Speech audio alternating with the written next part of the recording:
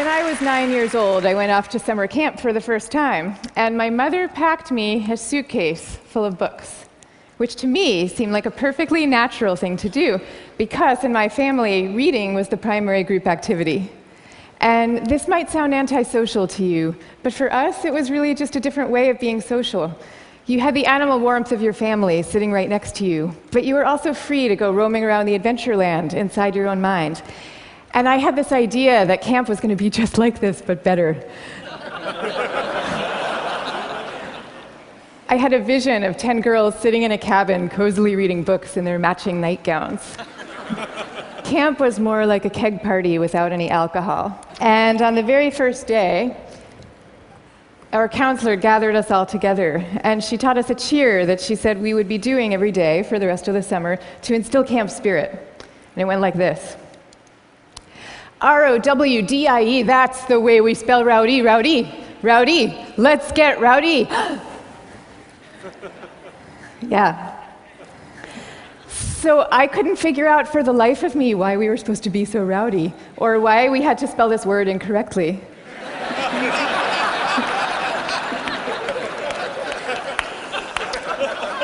But I recited the cheer. I recited the cheer along with everybody else. I did my best. And I just waited for the time that I could go off and read my books.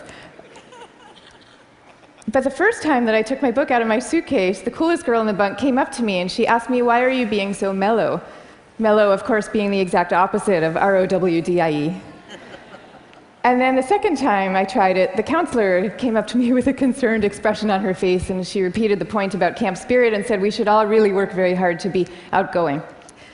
And so I put my books away, back in their suitcase, and I put them under my bed, and there they stayed for the rest of the summer. And I felt kind of guilty about this. I felt as if the books needed me somehow, and they were calling out to me, and I was forsaking them. But I did forsake them, and I didn't open that suitcase again until I was back home with my family at the end of the summer. Now, I tell you this story about summer camp. I could have told you 50 others just like it. All the times that I got the message that somehow my quiet and introverted style of being was not necessarily the right way to go, and that I should be trying to pass as more of an extrovert. And I always sensed deep down that this was wrong, and that introverts were pretty excellent just as they were. But for years, I denied this intuition. And so I became a Wall Street lawyer, of all things, instead of the writer that I had always longed to be, partly because I needed to prove to myself that I could be bold and assertive too. And I was always going off to crowded bars when I really would have preferred to just have a nice dinner with friends. And I made these self-negating choices so reflexively that I wasn't even aware that I was making them. Now, this is what many introverts do, and it's our loss for sure, but it is also our colleagues' loss and our community's loss, and at the risk of sounding grandiose, it is the world's loss, because when it comes to creativity and to leadership, we need introverts doing what they do best. A third to a half of the population are introverts.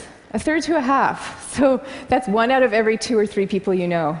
So even if you're an extrovert yourself, I'm talking about your coworkers and your spouses and your children and the person sitting right next to you right now. All of them subject to this bias that is pretty deep and real in our society. We all internalize it from a very early age without even having a language for what we're doing. Now, to see the bias clearly, you need to understand what introversion is. And it's different from being shy. Shyness is about fear of social judgment. Introversion is more about how do you respond to stimulation, including social stimulation. So extroverts really crave large amounts of stimulation, whereas introverts feel at their most alive and they're most switched on and they're most capable when they're in quieter, more low-key environments. Not all the time, these things aren't absolute, but a lot of the time. So the key then to maximizing our talents is for us all to put ourselves in the zone of stimulation that is right for us. But now here's where the bias comes in.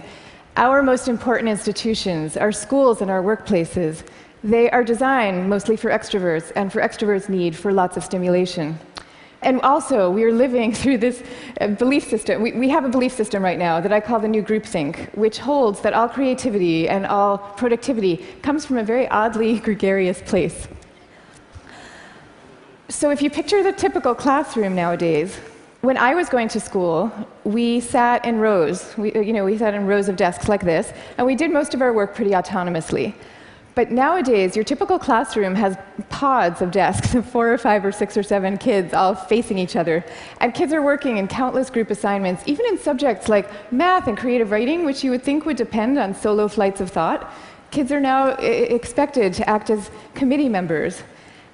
And for the kids who prefer to go off by themselves or just to work alone, those kids are seen as outliers often, or worse, as problem cases.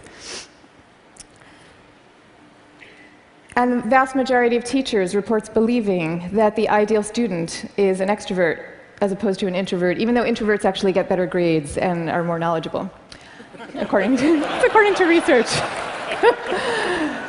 Okay, same thing is true in our workplaces. Most of us work in open plan offices without walls, where we are subject to the constant noise and gaze of our coworkers. And when it comes to leadership, introverts are routinely passed over for leadership positions, even though introverts tend to be very careful, much less likely to take outsized risks, which is something we might all favor nowadays.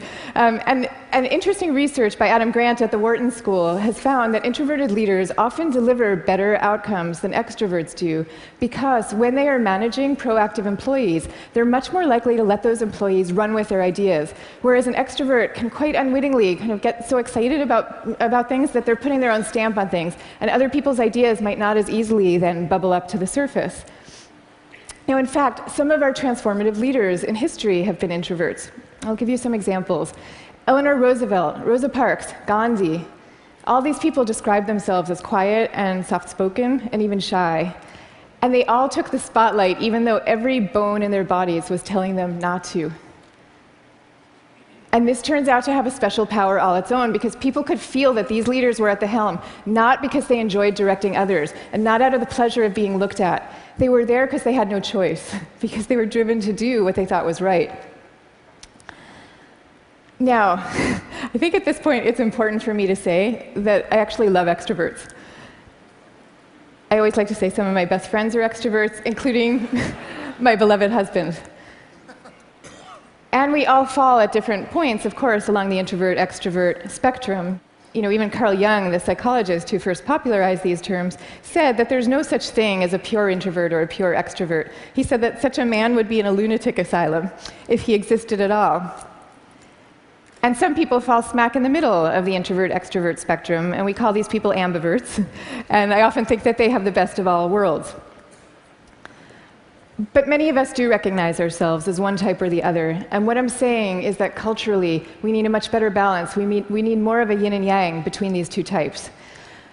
This is especially important when it comes to creativity and to productivity, because when psychologists look at the lives of the most creative people, what they find are people who are very good at exchanging ideas and advancing ideas, but who also have a serious streak of introversion in them. And this is because solitude is a crucial ingredient often to creativity. So Darwin, he took long walks alone in the woods and emphatically turned down dinner party invitations. Theodore Geisel, better known as Dr. Seuss, he dreamed up many of his amazing creations in a lonely bell tower office that he had in the back of his house in La Jolla, California. And he was actually afraid to meet the young children who read his books for fear that they were expecting him to be this kind of jolly Santa Claus-like figure and would be disappointed with his more reserved persona. Steve Wozniak invented the first Apple computer sitting alone in his cubicle in Hewlett-Packard, where he was working at the time. And he says that he never would have become such an expert in the first place had he not been too introverted to leave the house when he was growing up. Now, of course, this does not mean that we should all stop collaborating.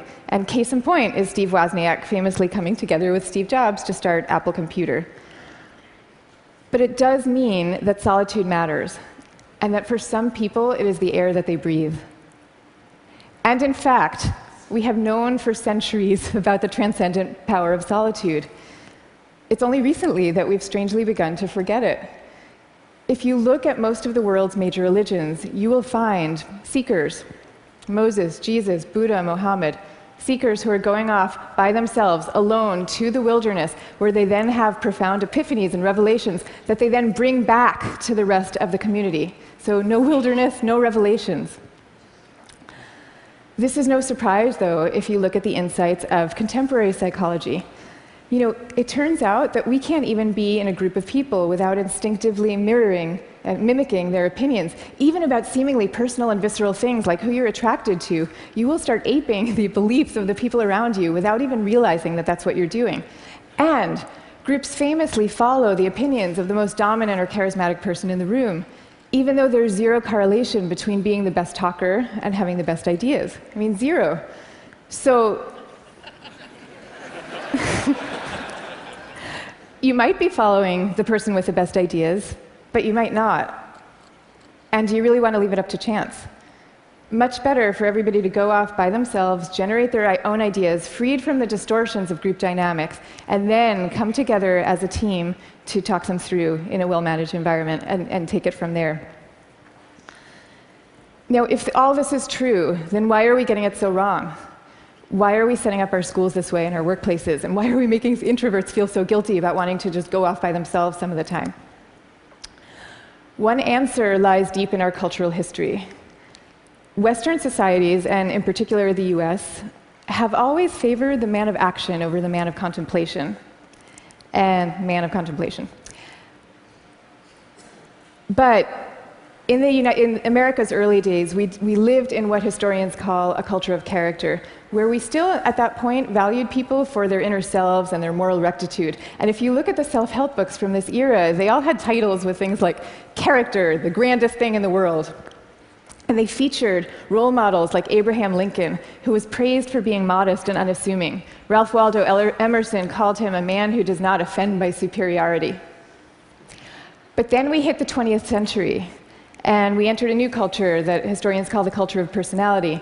You know, what happened is we had evolved from an agricultural economy to a world of big business. And so suddenly people are moving from small towns to the cities. And instead of working alongside people they've known all their lives, now they are having to prove themselves in a crowd of strangers. So quite understandably, qualities like magnetism and charisma suddenly come to seem really important. And sure enough, the self-help books change to meet these new needs. And they start to have names like How to Win Friends and Influence People. And they feature as their role models really great salesmen. So that's the world we're living in today. That's our cultural inheritance. Now, none of this is to say that social skills are unimportant. And I'm also not calling for the abolishing of teamwork at all. You know, the same religions who send their sages off to lonely mountaintops also teach us love and trust. And the problems that we are facing today in fields like science and in economics are so vast and so complex that we are going to need armies of people coming together to solve them, working together. But I am saying that the more freedom that we give introverts to be themselves, the more likely that they are to come up with their own unique solutions to these problems. So now, I'd like to share with you what's in my suitcase today.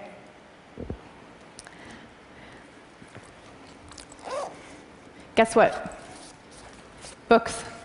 I have a suitcase full of books. Here's Margaret Atwood, Cat's Eye.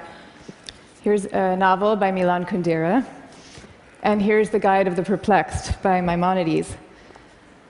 But these are not exactly my books. I brought these books with me because they were written by my grandfather's favorite authors. My grandfather was a rabbi, and he was a widower who lived alone in a small apartment in Brooklyn that was my favorite place in the world when I was growing up, partly because it was filled with his very gentle, very courtly presence, and partly because it was filled with books. I mean, literally, every table, every chair in this apartment had yielded its original function to now serve as a surface for swaying stacks of books.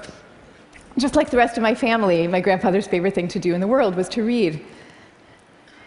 But he also loved his congregation, and you could feel this love in the sermons that he gave every week for the 62 years that he was a rabbi. He would take the fruits of each week's reading, and he would weave these intricate tapestries of ancient and humanist thought, and people would come from all over to hear him speak.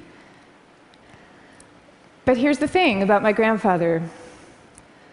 Underneath this ceremonial role, he was really modest and really introverted, so much so that when he delivered these sermons, he had trouble making eye contact with the very same congregation that he had been speaking to for 62 years.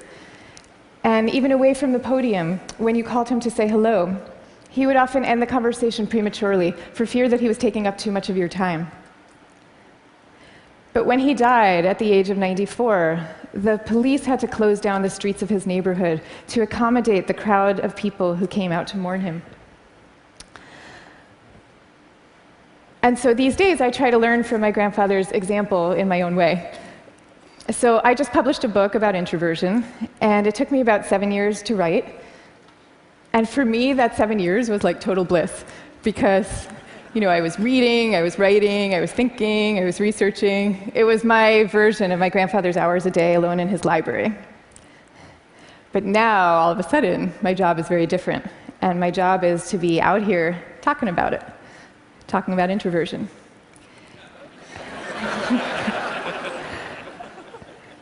And that's a lot harder for me, because as honored as I am to be here with all of you right now, this is not my natural milieu. So I prepared for moments like these as best I could. I spent the last year practicing public speaking every chance I could get, and I called this my year of speaking dangerously. And that actually helped a lot. But I'll tell you, what helps even more is my sense, my belief, my hope that when it comes to our attitudes to introversion and to quiet and to solitude, we truly are poised on the brink of dramatic change. I mean, we are. And so I am going to leave you now with 3 calls for action for those who share this vision. Number 1, stop the madness for constant group work. Just stop it. Thank you. And I want to be clear about what I'm saying, because I deeply believe our offices should be encouraging casual, chatty, cafe-style types of interactions, the kind where people come together and serendipitously have an exchange of ideas. That is great. That's great for introverts, and it's great for extroverts. But we need much more privacy, much more freedom, much more autonomy at work. School, same thing. We need to be teaching kids to work together, for sure. But we also need to be teaching them how to work on their own. This is especially important for extroverted children, too. They need to work on their own, because that is where deep thought comes from, in part. Okay, number 2, go to the wilderness. Be like Buddha. Have your own revelations. I'm not saying that we all have to now go off and build our own cabins in the woods and never talk to each other again. But I am saying that we could all stand to unplug and get inside our own heads a little more often. Number 3, take a good look at what's inside your own suitcase and why you put it there. So extroverts, maybe your suitcases are also full of books, or maybe they're full of champagne glasses or skydiving equipment. Whatever it is, I hope you take these things out every chance you get and grace us with your energy and your joy. But introverts, you being you probably have the impulse to guard very carefully what's inside your own suitcase. And that's okay. But occasionally, just occasionally, I hope you will open up your suitcases for other people to see, because the world needs you and it needs the things you carry. So I wish you the best of all possible journeys and the courage to speak softly. Thank you very much. Thank you. Thank you. Thank you.